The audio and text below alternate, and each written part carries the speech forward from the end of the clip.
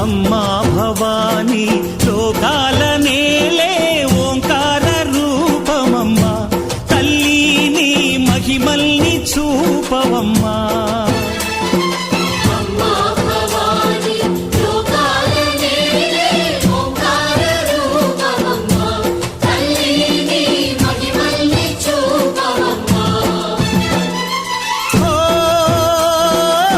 సృష్టికే దీపమా, శక్తికే మూలమా, సింహరథమే నీదమ్మా. అమ్మ దుర్గమ్మ భక్తులను దీవించుమా.